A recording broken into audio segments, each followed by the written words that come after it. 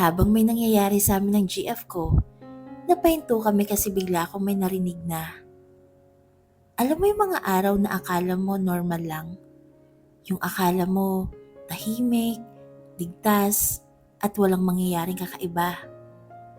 Pero sa isang iglap, bigla kang mapapaisip ng, sana pala, hindi na lang.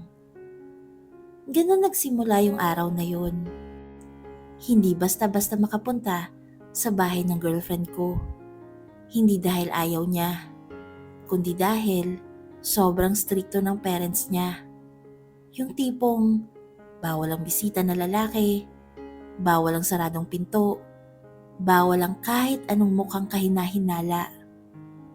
Kaya halos buong relasyon namin, sa mall lang kami nagkikita.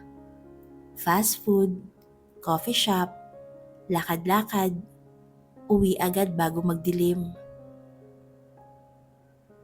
Kaya nung isang Sunday, nung sinabi niya sa akin na wala ang pamilya nila buong araw, hindi ko alam kung matutuwa ako o kakabahan. Pwede ka pumunta, sabi niya. Sandali lang naman. Hindi siya ngumiti ng malandi, hindi rin siya nagbiro. Parang normal lang, pero ramdam ko may kakaiba. Unang beses kong tumapak sa bahay nila. Tahimik, malinis, tahimik yung klase ng bahay na parang may matang nakatingin kahit wala namang tao. Habang naglalakad ako papasok, napapansin ko yung mga framed family picture sa sala. Yung mga santo sa estante, yung maliit na altar sa gilid.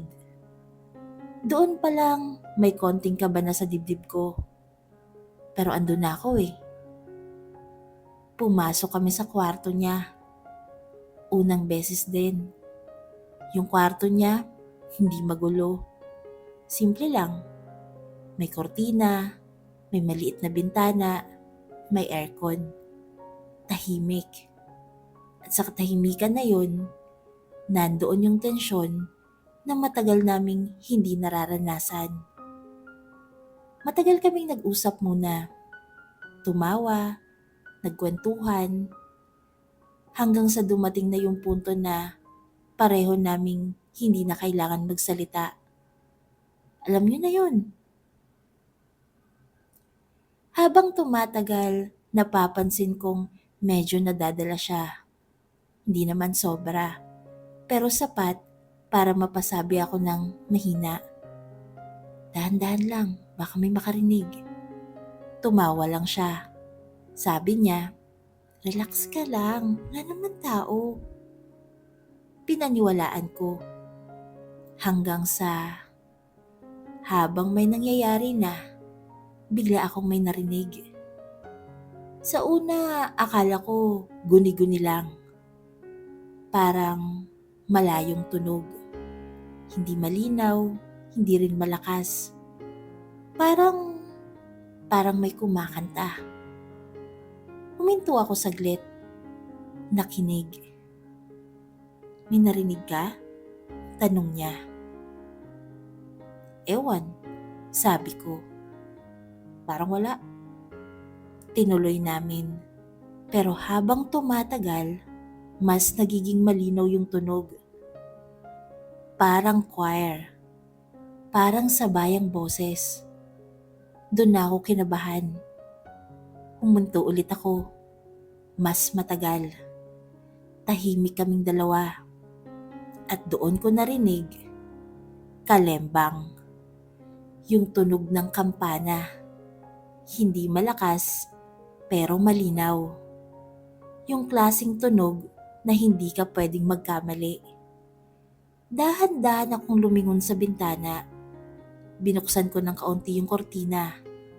At doon ko nakita, sa likod ng bahay nila, may maliit na chapel. Hindi yun malaking simbahan. Hindi rin halatang halata mula sa labas. Pero andoon. At mas masaklap, may misa. May mga taong nakatayo, may mga nakaupo, at ang direksyon nila papunta sa bintana namin. Parang may nagyelong dugo sa katawan ko. Napatingin ako sa girlfriend ko. Namumutla siya. May misa? Bulong niya. Tumango ako at doon kami pareho napahinto. Hindi na namin alam kung gaano nakatagal. Hindi na namin alam kung may narinig ba sila o wala. Ang alam lang namin, posible. Posibleng may nakarinig, posibleng may nakapansin, posibleng may nagsabi. Bigla siyang napaupo. Hawak ang mukha. Ako naman parang hindi makahinga. Hindi dahil sa takot na mapagalitan, kundi dahil sa hiya. Yung klaseng hiya na kahit wala pang nangyayari, parang nahuli ka na. Tahimik kaming nagbihis. Walang nagsalita.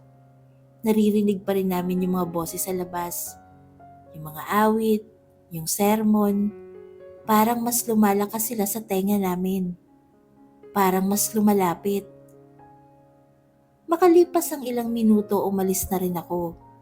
Hindi kami nagkayakapan, hindi kami nagpaalam ng matagal. Tahimik lang. Pag uwi ko, akala ko tapos na. Hindi pa pala. Kinabukasan nag-message siya. May pumunta raw sa bahay nila, isang lalaking nagsiserve sa chapel.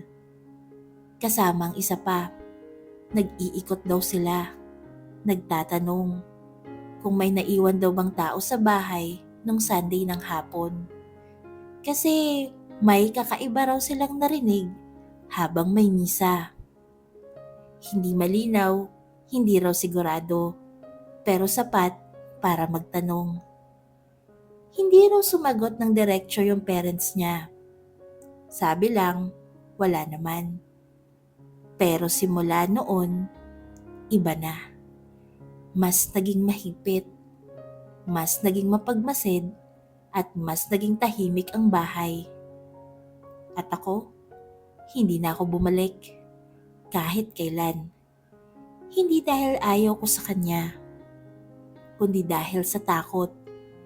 Takot na may makakita, takot na may makaalala, takot na isang araw, bigla na lang may magsabi, "Ikaw ba yung lalaki ng Sunday?" Hanggang ngayon kapag naaalala ko yung tunog ng kampana, kinikilabutan pa rin ako. Hindi dahil sa relihiyon, kundi dahil sa realization na may mga pagkakataon sa buhay na akala mo pribado, pero hindi pala. Na may mga sandaling akala mo ligtas, pero may mga matang nakatingin. At may mga alaala na kahit hindi natuloy, habang buhay mong dadalhin. Hindi kami naghiwalay dahil doon, pero may nagbago. Mas naging maingat, mas naging tahimik. At sa bawat Sunday na naririnig ko ang kampana ng simbahan, hindi ko maiwasang maalala yung araw na yun. Yung araw na habang may nangyayari sana, bigla kaming napahinto dahil may ibang nakikinig.